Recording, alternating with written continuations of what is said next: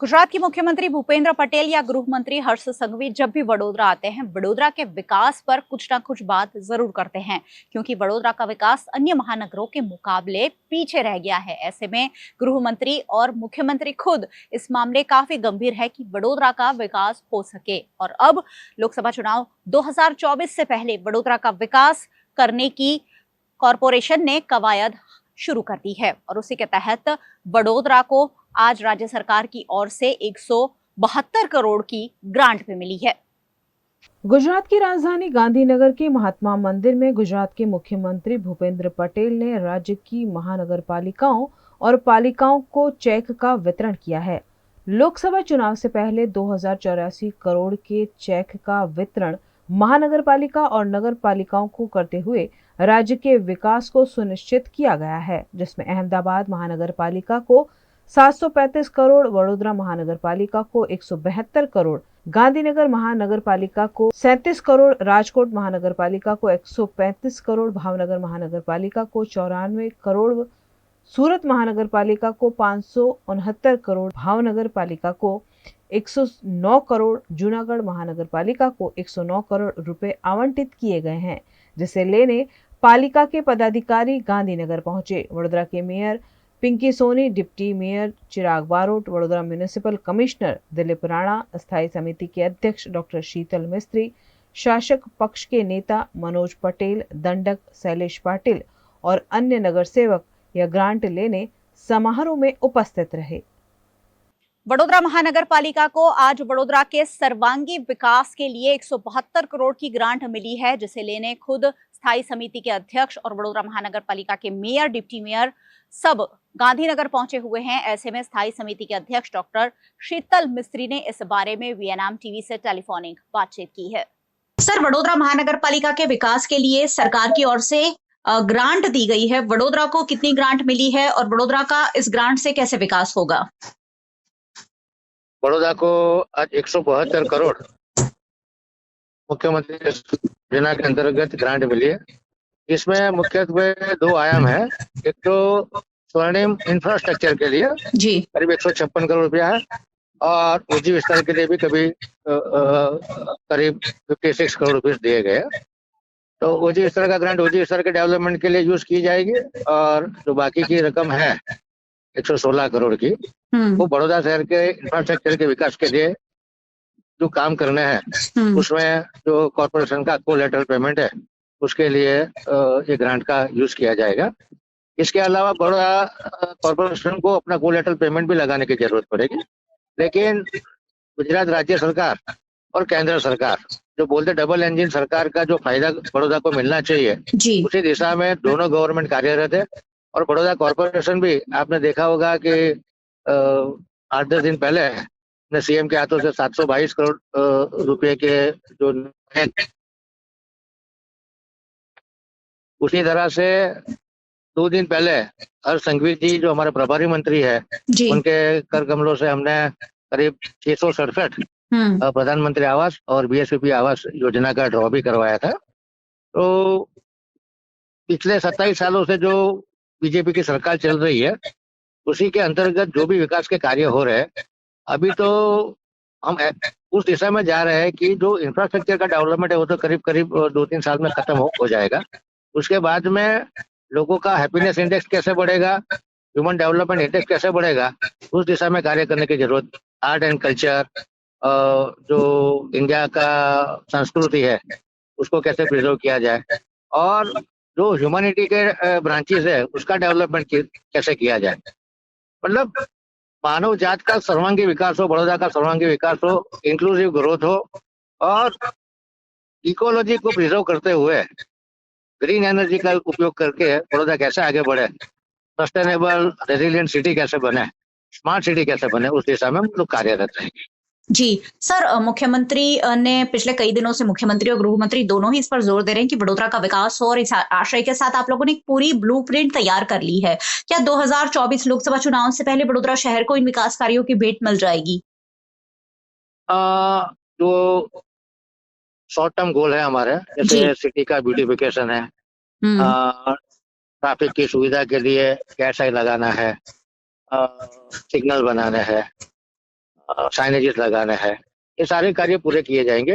जो भी गार्डन का डेवलपमेंट है, डिवाइडर पे प्लांटेशन करना है, जो नए रोड दिए 100-200 करोड़ के, उसको हम जोर लगा रहे हैं कि मार्च महीने तक खत्म हो जाए, यानी इलेक्शन के पहले लोग इस रोड पे अपनी गाड़ी चला सके।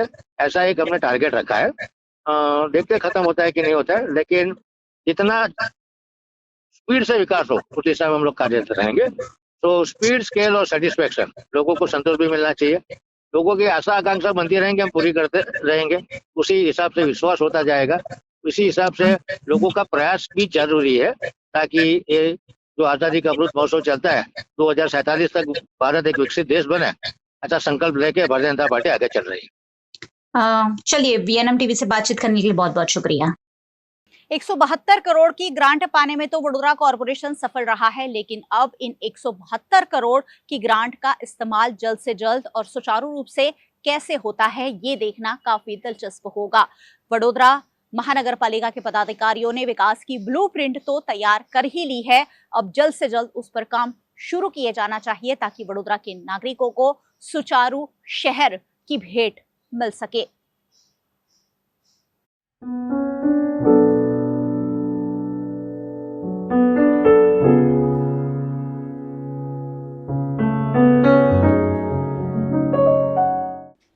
सर्दियों का मौसम है और कई वक्त से हम अपने स्वेटर, जैकेट, रजाइयाँ निकाल कर बैठे हैं, लेकिन अब तक बहुत ज़्यादा उसका इस्तेमाल करने की नौबत नहीं आई है। दिसंबर पूरा हो गया, जनवरी महीना शुरू हो गया है, लेकिन गुजरात में ज़्यादा ठंड नहीं पड़ रही है। लेकिन अब आने वाले कुछ दिन, वैसे शुरुआत भी हो गई है। आज सुबह आपने देखा होगा वडोदरा शहर में काफ़ी देर से सूरज निकला था, तो अब वडोदरा के साथ साथ पूरे गुजरात में ठंड बढ़ सकती है। और इसलिए मैं वडोदरा शहर के जाने माने खगोलवेद दिव्यदर्शन पुरोहित से मिलने पहुंची हूं और उन्हीं से जानेंगे कि आने वाले दिनों में ठंडी का क्या माहौल वडोदरा में रहेगा। सर, सर्दियों का मौसम है, लेकिन बहुत लेट, ये वक्त ऐसा होता है जब करीबन हम 10, 12, 14 डिग्री पर पहुंच जाते हैं, लेकिन इस बार बहुत कम सर्दियां पड़ रही है। उसकी क्या वजह है और अब क्या सर्दी का माहौल रहेगा? बढ़िया। जो सर्दी आमतौर पर इस समय होनी चाहिए थी वो शीतलहर होनी चाहिए थी, और करीबन जैसा आपने बताया 12 डिग्री से 15 डिग्री तक टेम्परेचर गिर जाना चाहिए था, मतलब कभी कभी 9 डिग्री तक भी चला जाता है, हमने देखा है। मगर चूंकि इस बार एल नीनो, जैसे पहले हमने लोगों ने डिक्लेयर किया था, तो एल नीनो सक्रिय हो चुका है। उसके चलते हुआ क्या है कि एल नीनो समुद्र से एकदम गर्म हवा पैदा कर रहा है, तो आने वाले 3-4 सालों तक एकदम गर्मी रहेगी, और इतनी ठंड जैसे शीतलहर जिसको बोलते हैं कोल्ड, ऐसा नहीं आएगा। मगर इसके साथ में नेचर ने एक और जादू इम्पैक्ट कर दिया उसके साथ में, और 3-4 बातें और भी, जियोग्राफिकल, साइंटिफिकल और मैनुअल, मैन 3-4 चीज़ें, रीज़न ऐसे इसमें इन्वॉल्व हो गए कि जो गर्मी आने वाली थी वो कुछ दिन के लिए उसमें ब्रेक लग गई है, और शीतलहर का माहौल पैदा हो चुका है। और अभी की बात करें तो रात्रि में 16-17 डिग्री तक बड़ौदा में पहुंचता है टेम्परेचर, और दिन में 26-27 पहुंचता है, जो पहले परसों की बात करें तो 31 तक था। और धुंध, कोहरा जिसको बोलते हैं, वो पॉल्यूशन से क्रिएट होता है, और ठंड की वजह से, और पॉल्यूटेड पार्टिकल्स, पर्टिकुलर मेटल जो होते हैं उसकी वजह से, तो पूरे गुजरात पर छाया हुआ है। सुबह में आप देखेंगे 8-9 बजे तक विजिबिलिटी नहीं मिलती है क्लियर। और इंडिया में ऊपर वाली बात करें पोर्शन, यानी दिल्ली, हरियाणा, चंडीगढ़ से लेकर ऊपर तक, और हैदराबाद, तमिलनाडु तक, तो भयंकर कोहरा वहां पर छाया हुआ है। आने वाले 6-7 दिन तक रहने की संभावना लग रही है। यानी अब वडोदरा शहर में भी ठंड का माहौल बन सकता है। कितना डिग्री तक आसपास तापमान रहने की संभावना है? जी, बहुत अच्छी बात है आपने कही। उसके पहले मैं 1-2-3 भौगोलिक कारण और खगोलिक कारण बताना चाहूँगा। जैसे हम अर्थ पर रहते हैं तो अर्थ घूमती है, अर्थ अब ये अपना एक्सिस है, अर्थ अपनी एक्सिस पर 23.5 डिग्री टिल्ट है, झुकी है। उसके चलते सूर्य नारायण हम देखते पूर्व से पश्चिम तो चलते हैं, मगर उत्तर से दक्षिण और दक्षिण से उत्तर की ओर वापस जाते हैं।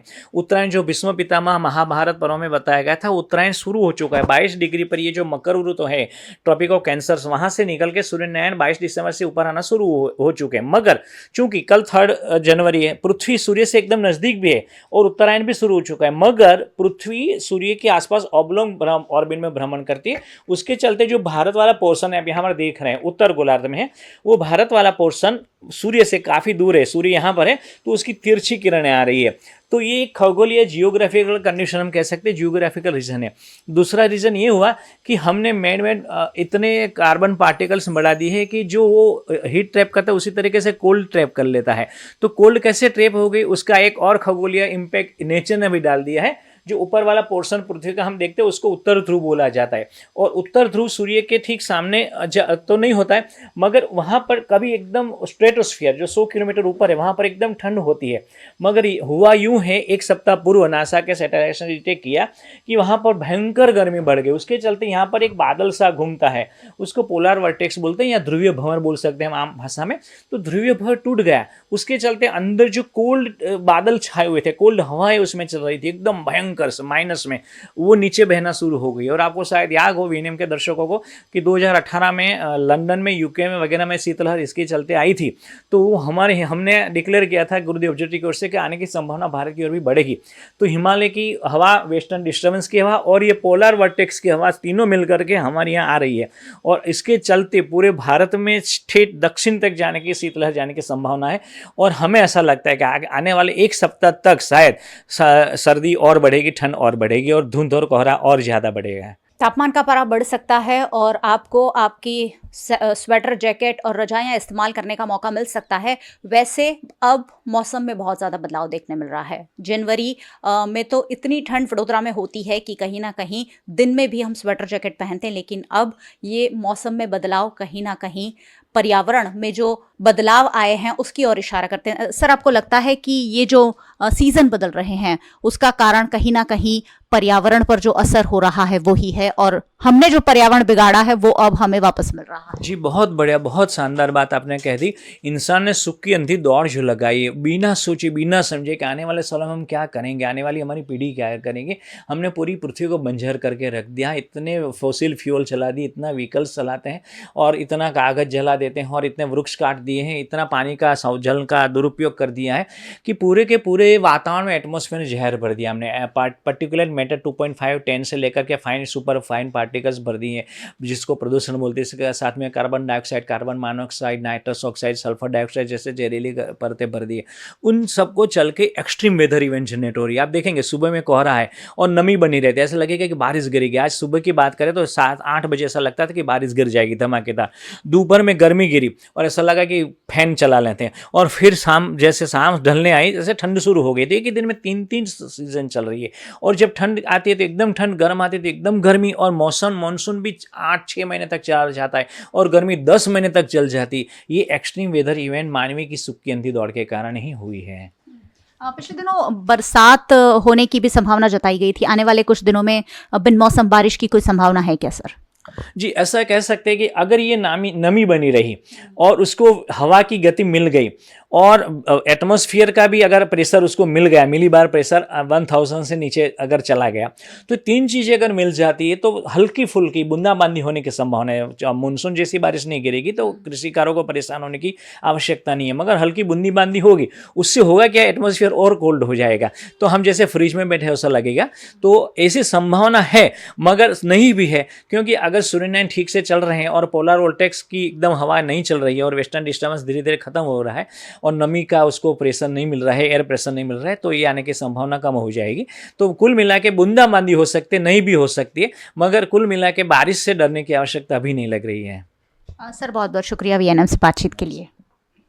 यानी सर्दियां बढ़ने का अनुमान है, लेकिन उतनी ज़्यादा सर्दी इस बार नहीं होने वाली है, और उसका कारण कहीं ना कहीं हम सब है, क्योंकि पर्यावरण में जो बदलाव हो रहे हैं वो कहीं ना कहीं मेन मेड है, और उसी लिए कुदरत का जो साइकिल है उसे भी हमें डिस्टर्ब कर दिया है। सर्दी के मौसम में अब सर्दी नहीं होती है, हर एक ऋतु का अनुभव फिलहाल हम कर रहे हैं। ऐसे में हम सबको थोड़ा बहुत संभल जाने की तो ज़रूरत है ही। फिलहाल हैप्पी विंटर कह के मैं आपसे विदा लेती हूँ। नमस्कार।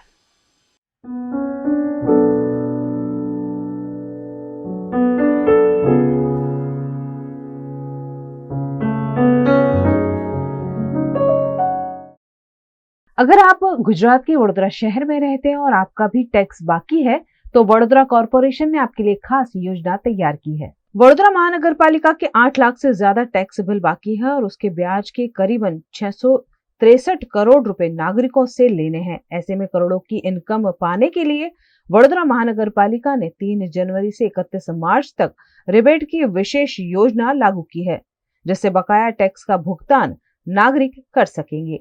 गुजरात के वडोदरा शहर में नागरिकों को सुविधा देने के लिए कॉर्पोरेशन द्वारा अलग अलग टैक्स लिए जाते हैं।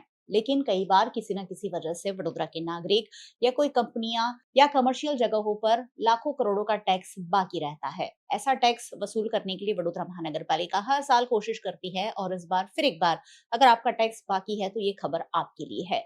वडोदरा शहर में कॉरपोरेशन द्वारा जो टैक्स लिया जाता है उसमें माफी की योजना के साथ फिर एक बार रिबेट स्कीम वडोदरा कॉरपोरेशन ने लॉन्च की है और कल से इस योजना की शुरुआत हो रही है। ऐसे में रेवेन्यू विभाग के अधिकारी सुरेश तुवर हमारे साथ है, उनसे हम पूछेंगे कि आखिरकार वडोदरा शहर के नागरिकों को उनके टैक्स में किस तरह की छूट मिलने जा रही है। सर, कल से आप एक रिबेट योजना ला रहे हैं, क्या है योजना और कितना टैक्स वडोदरा शहर में बाकी है?